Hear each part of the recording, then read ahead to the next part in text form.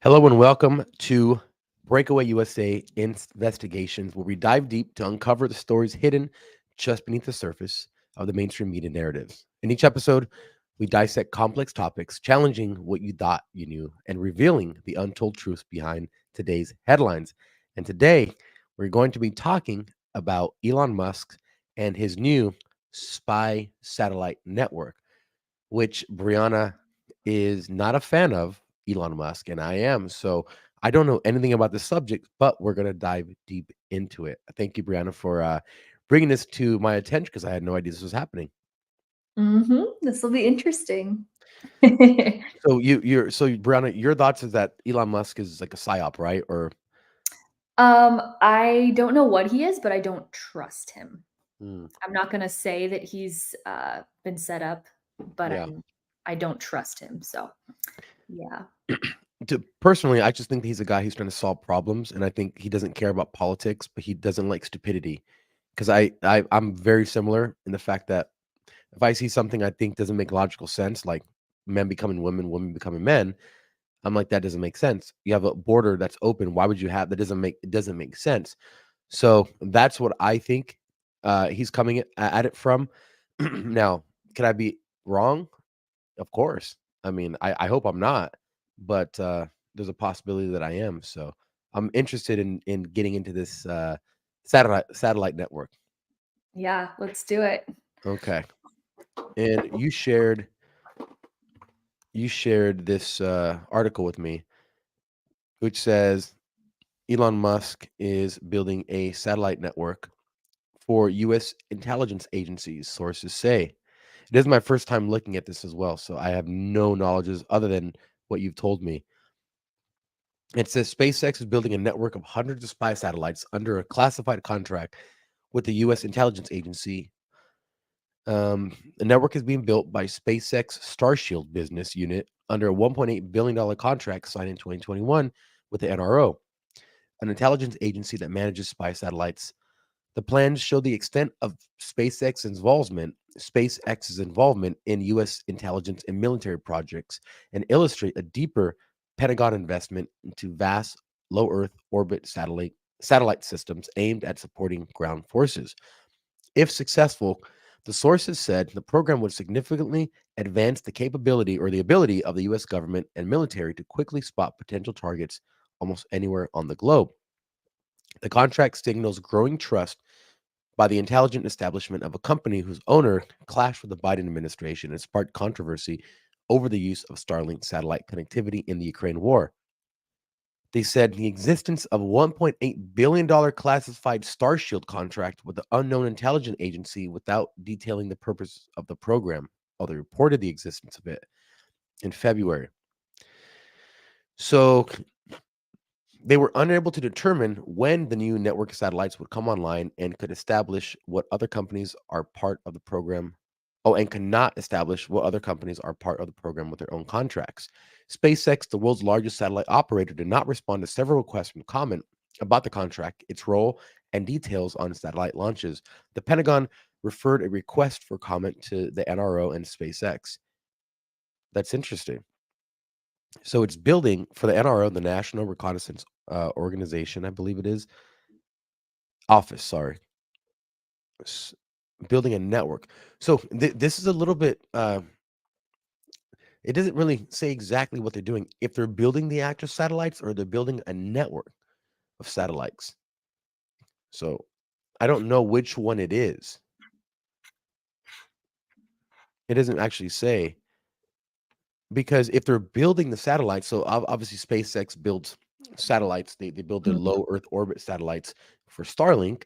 They send out 50 at a time on every Falcon 9.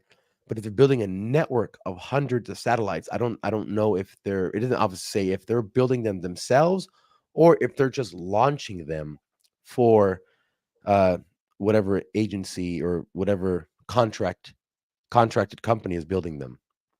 I'm scanning the rest of the article right now. Hmm.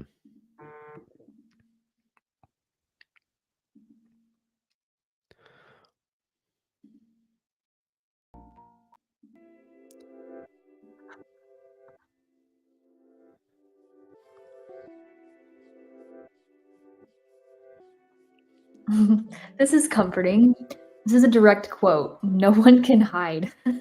One of the sources said of the system's potential capability when describing the network's reach. I don't like Hmm. that.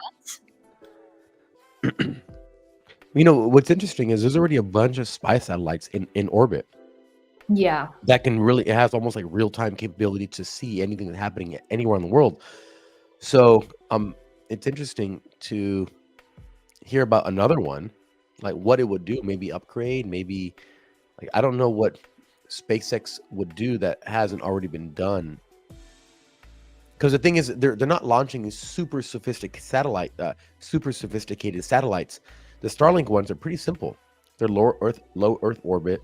They have this shielding around them because people were saying that you could see them too much, so they darkened them with this kind of like primer or something over it, so that it would reflect less light and then thereby be less visible in the sky or in telescopes. Because there's over 5,000 of these things already, I believe, out in space.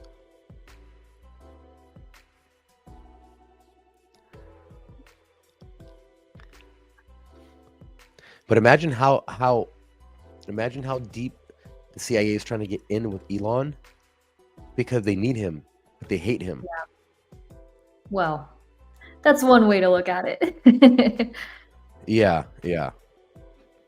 Unless he's, like as you say, a deep psyop for them. Yeah, I just have a hard time trusting him when, he went on Joe Rogan and he's telling Joe Rogan that you can wear a helmet full of cell phones and be totally safe and totally fine. And there's no EMF radiation from that. When we know that over 10,000 peer-reviewed studies show that there are harmful effects to EMF radiation, and that technology is very dangerous. And obviously, he's got Starlink to worry about, so he's not gonna.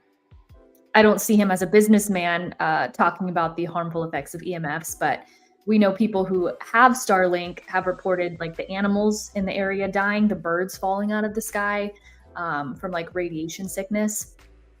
So I just don't trust anyone who isn't honest about that stuff.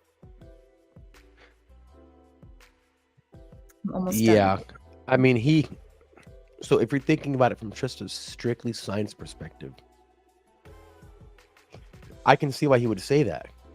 If he's taking facts about science without considering the potential damages. That's going to be my devil's advocate position for him, where like, is there actual evidence that I mean, other than like anecdotal evidence, are there actually are there studies that say it does that? You mean Starlink or EMFs? No, EMFs. Oh yeah, over 10,000 peer-reviewed studies. Oh, peer review studies. Oh, Yeah. interesting. Yeah. There's been a lot of research on, I don't know if you've heard of We Are Not Sam. They're based in Australia and they do a lot of, I guess, like anti-EMF advocacy. And they talk about a lot of this stuff. But yeah, it's a really big deal, the EMF radiation. I mean, we talked about this before, I think, on a different episode, just kind of lightly, like the Wi-Fi, turning off the Wi-Fi at night, things like that. Yeah.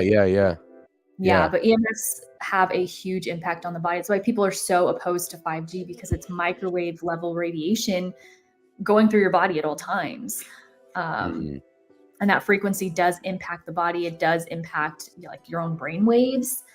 So yeah, I'm super leery of anyone who doesn't see a problem with EMF radiation, especially someone as smart as Elon Musk. Yeah.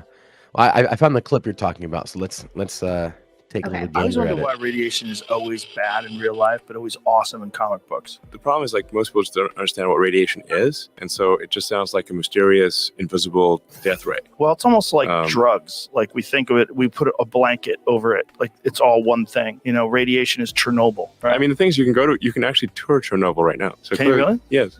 You can actually go to where the meltdown Well, I is? mean, there's a war zone, but Close apart from that, the issue is, more getting shot. You don't have a radiation risk. The problem is, like, I think when people don't understand what radiation is, they can't see it, they can't feel it, they think, well, I could just die at any moment, like from a magic death ray. You know, I've had people say, like, oh, the radiation from their phone is going to hurt them, or they're scared of the microwave. I'm like, when you say radiation, do you mean particles or photons? And if you mean photons, what wavelength? And then, like, I don't know what you mean. They don't know anything about that. Right. They just have, they're afraid of the term. I always wonder why radiation is always bad in real life, but always awesome in comic books. The problem is like most. So it's not that one. I'm going to send you the right one right now.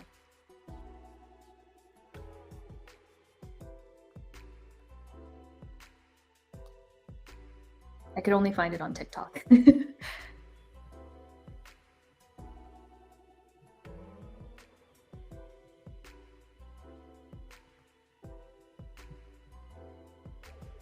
Oh, David. Hey, what's going on, guys? How y'all doing? Good. We are talking about Elon Musk today. Oh, what's going on with Elon? He has a contract with the government to build spy satellites. So we are looking into that, and we're coming from two different perspectives. Obviously, Fabian loves Elon Musk and wants to have his babies. I don't trust Elon Musk as far as I can throw him. So yeah. Oh, perfect. So we, Wait, Fabian, each of you muted. have your. Oh, I'm muted. Oh, Fabian's muted.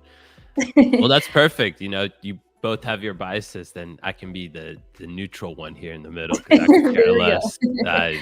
Musk is awesome because of all the awesome things I personally think he does for humanity, but it's not. I'm not Fabian level Elon lover, so I'll be the one in the middle here. Okay, cool. Fabian, I still can't hear you. Oh, No. wow. But he brought out the portrait. It's not over because I have something else I want to show you guys. You have another one. Wow. What is that? That's me and Papa. Oh my gosh, that's too much. Do you have that like above your bed? It's in my room, and there's a knife in between it because I love knives. And then to the right of it, I have what's called the most intelligent picture ever taken. It's the Conference of Solvay, Solvay in Belgium from 1927 that has Niels Bohr, Max Planck, Albert Einstein, Marie Curie, everyone in one picture. It's called the most intelligent picture ever taken, and it's the people that basically were responsible for everything that we know today about science and radiation and speed of light and everything. Pretty cool. That is cool. These pictures I got it because I wanted to make the most ridiculously I could possibly make. So that's like a shock piece when people walked in my house, and now it's in my studio. I can't wait to see that. I need to see that in person. It's like what it's like what all the communists, and I think in North Korea to this day they do. Like they have a portrait. Yeah, of the head of state. Yeah, exactly. Absolutely. And it has to be clean, otherwise your family gets sent to the gulag. Yeah, if there's dust on it. Yeah, if there's dust on it. So, Bree, did you find something you were saying? You're looking. So I sent you the right video. Okay. For Elon Musk, and then I'm trying to find. I used to have a whole highlight on EMFs, and I think I moved it into a different highlight. So I'm trying to locate that information.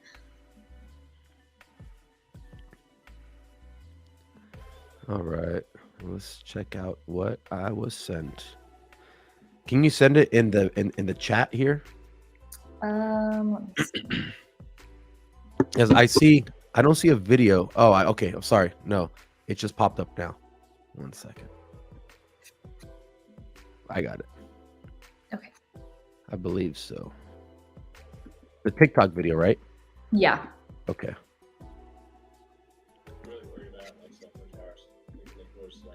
This is not true. Yeah, people are worried about 5G, right? Don't worry about it. No, not at all. Look at this way. Like, if I had a helmet of cell phones around my head and around my nuts, I would not worry. Yeah, I met a dude once who had ball cancer who's convinced that his cell phone was in his pocket, and that's what gave him ball cancer. Nope. So there's no concern whatsoever with the radiation that's caused by those things? Technically, we are currently bathed in radiation right now. Everything produces radiation. Everything's emitting photons all the time. This is a question of what wavelength. If you have a very short wavelength or high frequency photon, that is capable of causing DNA damage. But we're talking about like ultraviolet and beyond. Your phone's not even close. That's the lie right there. That short wavelength is 5G. I believe it's what, like.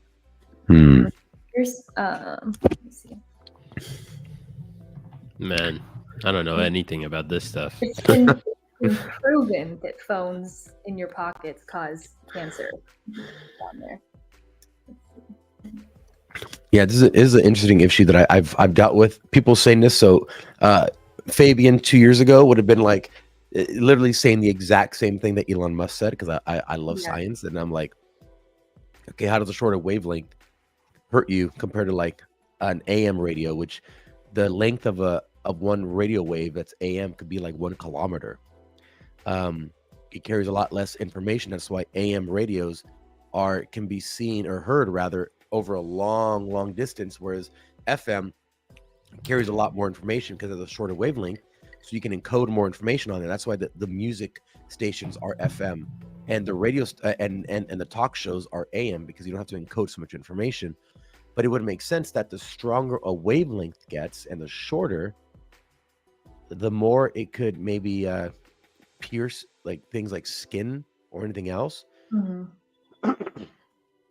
That's actually, they used to have lead paint in everyone's houses, and then now lead paint is like basically legal and bad for you, but lead paint actually blocks wavelengths, so like Wi-Fi and stuff. So a lot of people have actually started painting their walls with lead paint in their bedrooms again to block the Wi-Fi EMFs. Wow, that's interesting. You know, I used to live in a very large concrete building. It was built in like the 60s. It was massive building. It was all concrete, and nothing would go in it. Like, I mean, no, you couldn't get Wi-Fi or anything like that. The phone companies had to send out additional little extenders that you can plug into your wall to get service. But it was crazy. So I don't know. Maybe that was protecting me the whole time, and I didn't even know it. Maybe. And now you know. And now I know. And I moved, so now I'm exposed to it. Okay. You know, with this whole thing about Elon Musk, maybe, or like having contracts with the government, if anybody has contracts with the government, I'd rather it be Elon than these other big corporations and stuff like that. Because I think at least through Twitter, he's shown that he believes in some idea of at least the people having power. Yeah. You know what I mean? So I don't know. I know he's not your classic conservative, right? I think disagrees with a lot, but he's not one of these idiot woke people on the left who just have a political agenda that they stick to. They kind of, I believe he has his values that he believes in, and he kind of drives his businesses towards those values. So I don't know. If you told me Bill Gates or Elon Musk doing contracts with the government to build satellites that would spy on us, I'd rather be Elon Musk. Who knows? Maybe he's just gonna expose what the government actually does because he has power over this stuff. Yeah, I mean, that's what the story doesn't actually specifically say. If it doesn't say if he's building it, like if SpaceX is actually building the spy satellites, or if they're just launching them for them. Because in reality, there are tons of spy satellites, and you can use a number of delivery vehicles to get them to low Earth orbit. It's not hard. Yeah, and you can use anywhere. I mean, there's a tons of different not tons, but there are a number of different launch providers, and they're growing. So there's an ever growing amount with everyone getting into the rocket game now.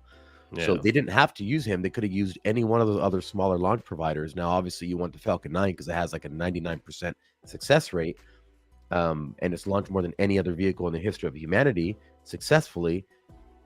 But yeah, I don't know what exactly it says, because the story does say that he's building a satellite network, but it doesn't say if they're actually building the satellites at SpaceX, or if they're just launching them, or if he's helping with some kind of like connectivity for them. So this is the story that we were reading. Sent 2 videos into the chat. Let's see. Both are on EMFs. Oh, okay.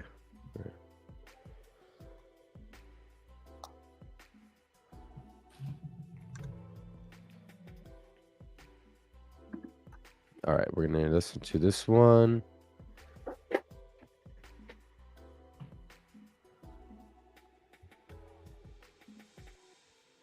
A sale of the iPhone 12, and they base this on SAR, which is the specific absorption rate standard, which basically means how much of this energy that comes from our cell phone can our bodies absorb before our tissues heat up. Now, this is all great because it brings up the fact that our cell phones are, yes, quite dangerous, but I'd rather see Apple and governments create a new standard of exposure that shows us how much our bodies can be exposed to of this invisible wireless radiation that can cause health effects that we know are happening, from everything from cancer to infertility to DNA damage. This exposure definitely has a biological effect. So I want to show you right now what this exposure looks like with a wireless EMF meter and a place where you get all the energy of the phone. Let's take it off of airplane. Whoa, look at this. This is incredible. These are very high levels because the antennas are looking for signal. We've got Bluetooth, Wi-Fi, and cell phone radiation. The important thing is watch what happens as we distance ourselves. Do you see this? We're at a green zone and we're 2 feet away. Put your phone on airplane anytime you're not using it. And when you do have to touch your phone, use a stylus. A little bit of distance helps. I'm August Bryce. Visit Tech Wellness. Maybe this is what's making so many people stupid and become woke leftists.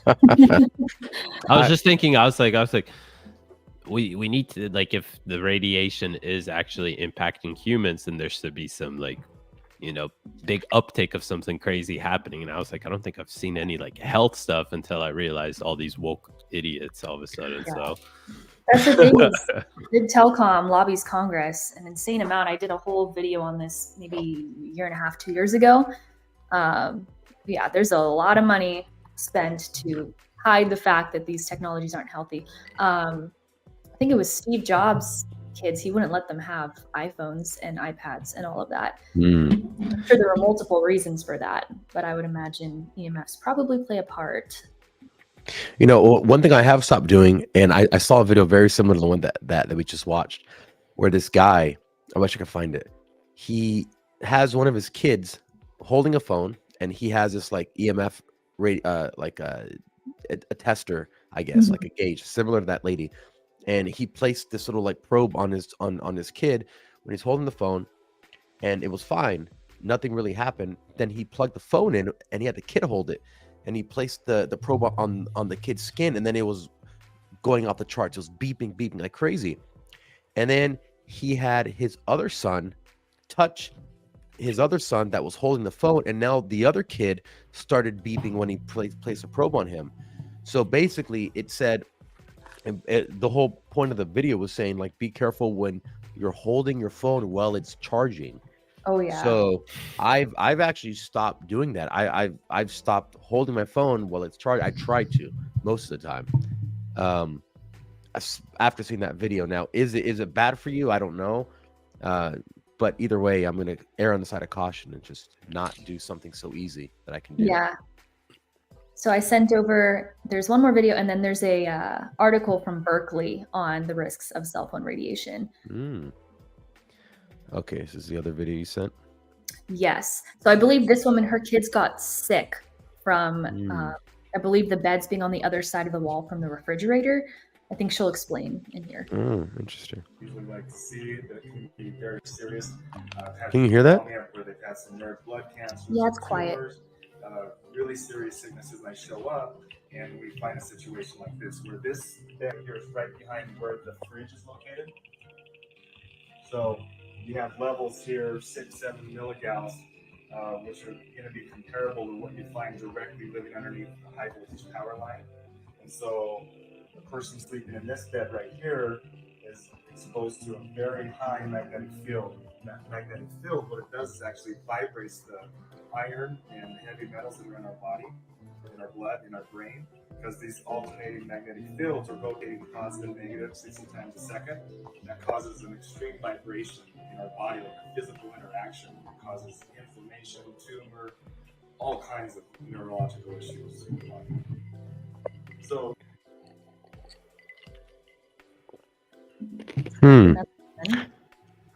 Yeah, that's something that I've spoken to you about as far as because I just recently started investigating this whole issue of like EMFs in your body while you sleep and what it can do for you. And Bree is an expert in this stuff. So you recommended I a don't know few about things. expert. Well, I mean, compared to someone who knew nothing about it, to me, as me, you also mentioned grounding the bed, right? Yeah, so grounding, I'm sending over links right now. I have a whole study on that here, but there's so many studies. So grounding is a good way to counteract EMF radiation because our bodies, actually Tesla talked about this a lot, our bodies resonate at the same frequency as the earth. Let me get this link sent over. I remember seeing that Apple in their, I don't know if it's a terms, but it's in the somewhere in your phone where it just has a bunch of legalese saying that you shouldn't. What was it? I can't remember exactly what it was, but this lady made a video about it, and I looked it up on my phone, and sure enough, it was there. Basically saying, don't have it too close to you for too long, I believe, is what the video said. Yeah. And when I saw Apple saying that on my phone, I'm like, wait, what's going on here? I think that's honestly what sparked my interest in this whole issue in the first place. Yeah. Okay, so I sent it over. Oh yeah, this is the article by Berkeley. So cell phone radiation is harmful, but few want to believe it.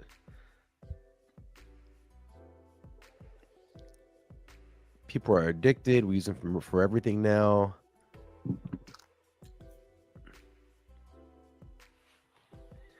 It said, he says, few scientists in this country can speak knowledgeably about the health effects of wireless technology, so I'm not surprised that people are skeptical, but it doesn't mean the findings are invalid. A big reason there's not more research about the health risks of radio frequency radiation exposure is because the U.S. government stopped funding the research in the 1990s, with the exception of a $30 million rodent study published in 2018 by the National Institute of Environmental Health Sciences. National Toxicology Program found clear evidence of carcinogenicity from cell phone radiation. The 96 FCC adopted exposure guidelines that limit the intensity of exposure to radio frequency radiation. These guidelines were designed to prevent significant heating of tissue from short-term exposure to radio frequency radiation, not to protect us from the effects of long-term exposure to low levels of modulated or pulsed radio frequency radiation, which is produced by cell phones and other wireless devices, including Wi-Fi. Yet, the preponderance of research established or published since 1990 finds adverse biological and health effects from long-term exposure to radio frequency radiation, including DNA damage. So, that's interesting. Yeah, and I think the reason people don't hear about this is A, because they're lobbying Congress like crazy, and B, because we're kind of the test generation. Previous generations didn't have cell phones in their pockets like we do. And I think like my children, my children's children, they're going to be a lot more well-informed on this. And there's probably going to be a lot of info out there for them. And it's going to be like common knowledge that these technologies do come with risks because we are the test subjects. Yeah. Yeah, it's almost like when we had lead poisoning and before that, what, asbestos, or in the same generation, asbestos, lead, just stuff that people didn't know and just didn't talk about it, using money to shut people up. But Yeah. here's a difference between this issue and those issues. It's a data-driven world. So how do you send data? The only way you can do that is with waves. That's the only way we can do it in physics. You have to send information on waves to somewhere else at almost the speed of light. So how do you resolve that? Like, how do you fix that? Do you take medication that like fights radiation? I know there's certain medications if you get radiation poisoning that you're given. I think it's like iodine or something like that. I forget exactly what. Do you wear clothing that rejects waves, that doesn't let it penetrate it? Like tinfoil hats, so we're gonna be walking around in tinfoil suits like astronauts. They actually sell clothing that protects you from EMFs now. Like, do they really? T-shirts, you can get active wear. They have maternity wear. Yeah, it's like a big market now. Wow. I have a blanket, like it blocks the EMFs in the magnetic field from my laptop. So if I'm gonna sit with my laptop on my lap, I'll just like have like the blanket underneath it. Grounding is the single best way, and it's completely free. You don't have to buy anything or go anywhere. You just walk outside without shoes 20 minutes a day and you're good to go. I don't know enough about this, but I know Tesla, and I put out a video kind of on the subject maybe a week or two ago, but Tesla was working on giving power to the city of New York using Wardenclyffe Tower using the Earth's energy. So I don't know if it's possible. And he had used it successfully to transmit messages and signals and images even to ships in the Atlantic, across the Atlantic Ocean. And JP Morgan was the one funding this project. And when Tesla came to him and said, can I have more funding so that we can light up the entire city of New York?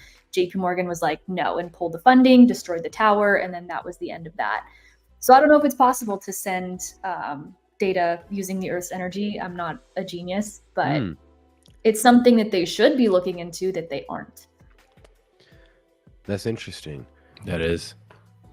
Yeah, because obviously the Earth is where we get our energy from, other than the sun. Wow. I need to look into this Tesla guy. I've heard of him a little bit. No, but I mean, I haven't heard this specific thing about getting energy from the Earth. I've seen the Wi-Fi towers, the cars, and everything is done. So. And a lot of people believe that, like the ancient Egyptians and a lot of ancient civilizations knew this, and they utilized these technologies. A lot of people believe that's what the pyramids were used for. Yeah. I have heard of that. That one I have a harder time believing because it's so old. Like, it's such a long time ago. And like, if there were records of it, like, why wouldn't they write it down? If there's a bunch of Well, that's the thing is, like, we don't even know like what happened before, the Chicago, we were talking about the World's Fair and how they just destroyed all of that. I think they falsified history a lot and given us this little narrow view of this is the Egyptians and this is what they did. I mean, it's been proven that they had hospitals where they would heal with frequency, like literally broken bones. So I think they were a lot smarter than we give them credit for. And they had, I don't want to use the word technologies because it's not technology in the way that we know it now, but I think they had methods of doing things that were kind of beyond what we're sort of allowed to know now. That's interesting. So here's at least how I learned it in college. And again, this could be completely falsified. I would never know. But the way that I learned about how we discovered hieroglyphics was with the Rosetta Stone. Obviously, we didn't know about, we couldn't read anything. And they had no link to give them what each symbol meant.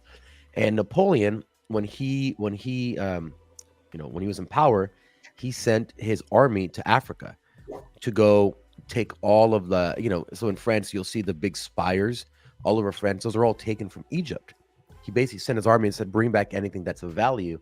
And in 1822, Jean-Francois Champignon was, and I'll never forget this because I wrote it on a piece of paper and I memorized it.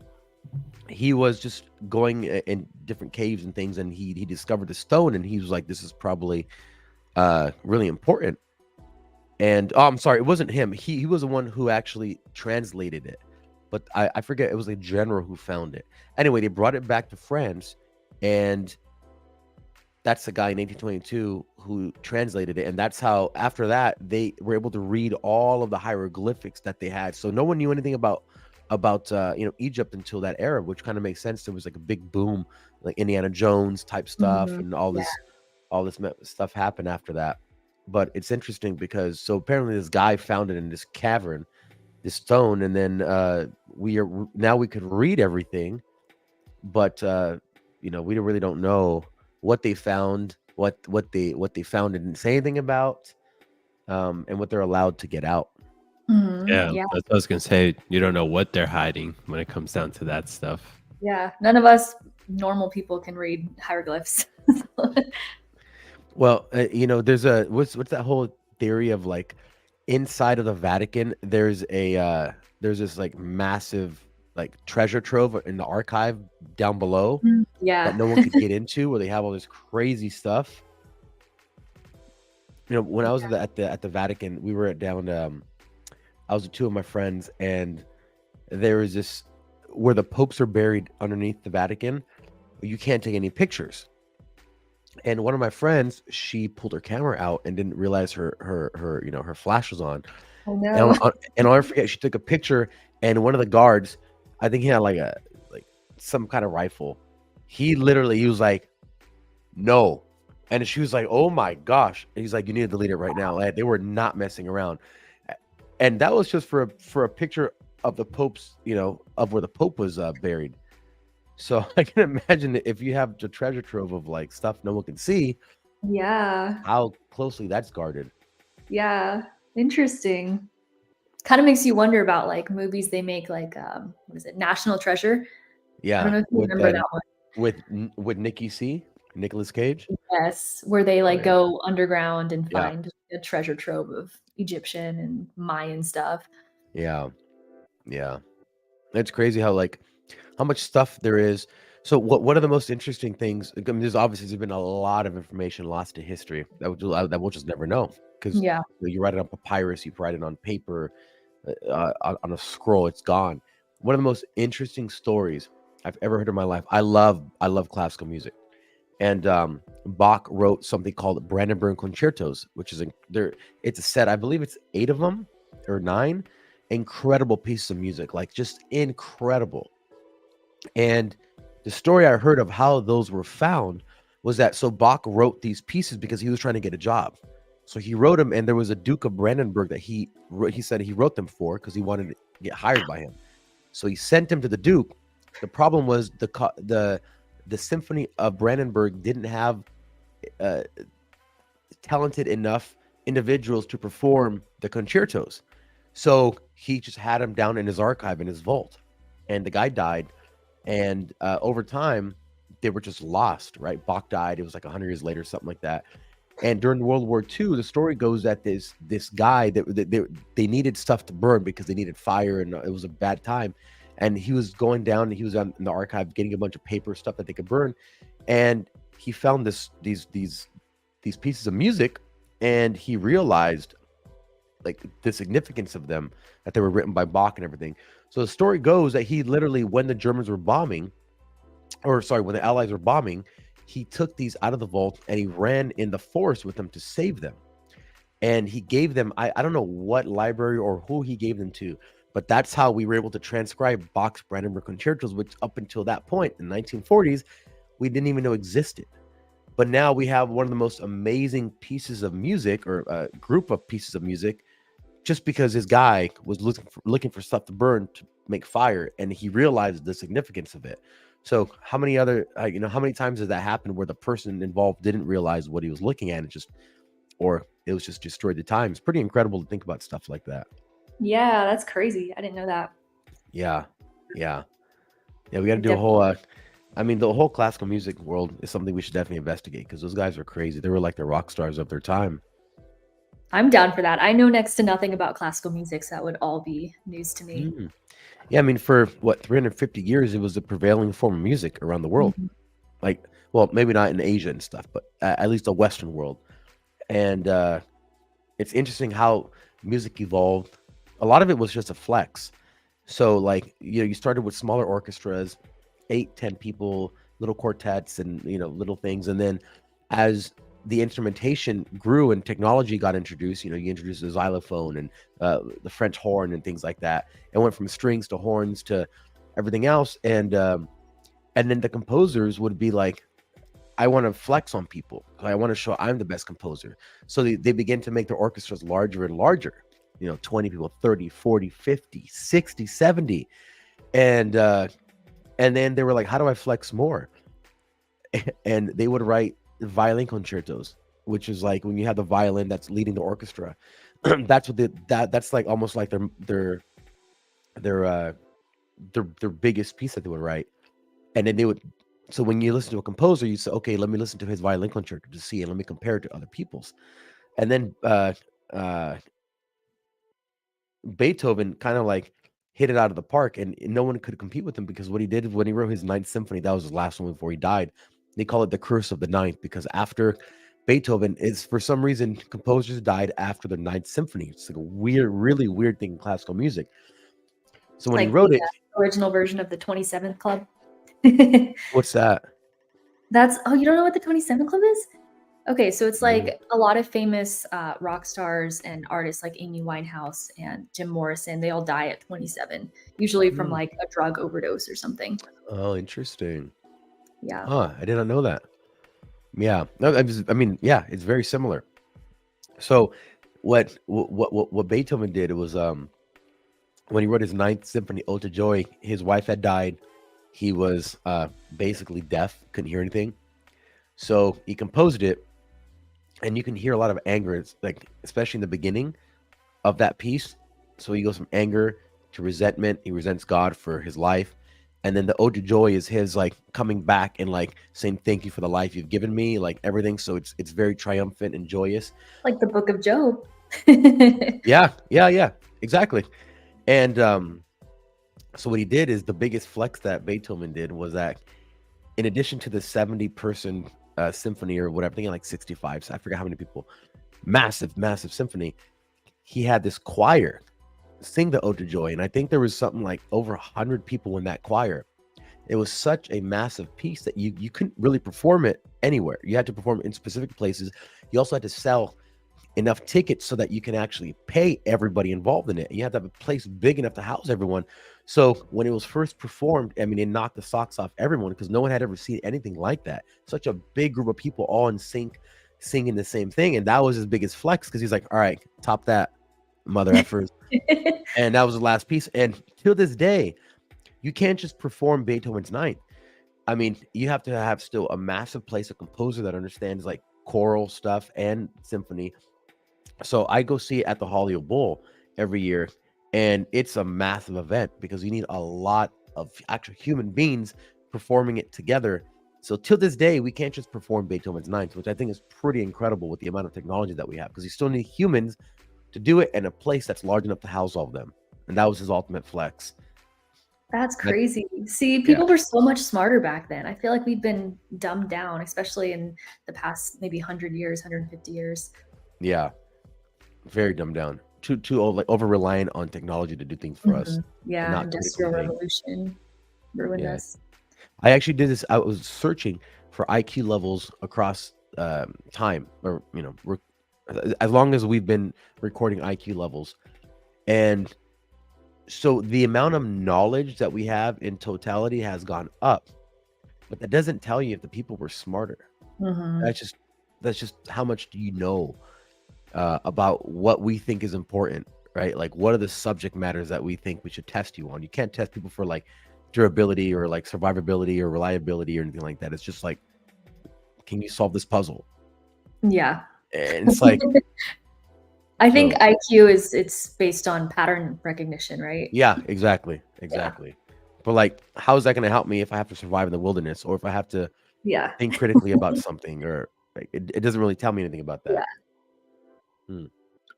That's interesting. Well, have you heard I know you need the Coral Castle? I believe it's in Florida.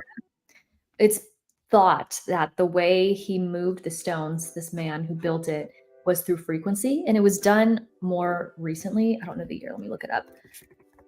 The Coral Castle? Yes, because they're massive stones that no man can move on his own. I know there's this guy who I watched him on YouTube. It's a little older, but he was trying to figure out how they move stones without any external power, and he built these levees where he himself would move this massive pillar of concrete just by using leveraging. It's pretty incredible. Yes, let's see. It was built by one man, completed, started around 1923, completed in the 1930s. Yeah, but they're Coral like Castle? Yeah, massive stones. And a lot of people think that they were moved the way that they believe the Egyptians moved those stones, which was through frequency. And again, I'm not a genius. I don't know enough about that. Like, I don't know the logistics of like how you would do that. Yeah. But I know they've tested it in labs and they can do it with small items. So I would imagine it's possible with large items. I just don't know if that's exactly what was used. But yeah, that's an interesting one. That's like a whole episode on its own right there. This thing here. It's a whole garden of rocks. So that's part of it. Oh. Wow. And it's still there, obviously. Yeah, you can go visit it. Coral Castle Museum. And when did he build it? Like what year? Started in 1923, finished in the 1930s. We Wow, need to that's take crazy. a Breakaway USA research trip down there. Yeah, absolutely. I'm definitely down. Oh, he died in 1951. Hmm. Yeah, it's incredible how much information is lost to history. Yeah. I mean, basically, most of information is lost to history, and we're trying to figure out how it happened. I actually talked about this in my last speech at the Growth Talks about the pyramids. It's like we obviously to this day don't know exactly how they did it, and that's pretty incredible. So, and people in business, this has nothing to do with the investigation show, but I was linking it to the fact that like the way that we see the final product, and then we try to break it down from there using just critical thinking to see how do they make it. That's the same thing people do when they see a successful person. They see the results of it and they try to figure out how did they do that, and then they try to do it themselves. So we're always trying to copy products that we see.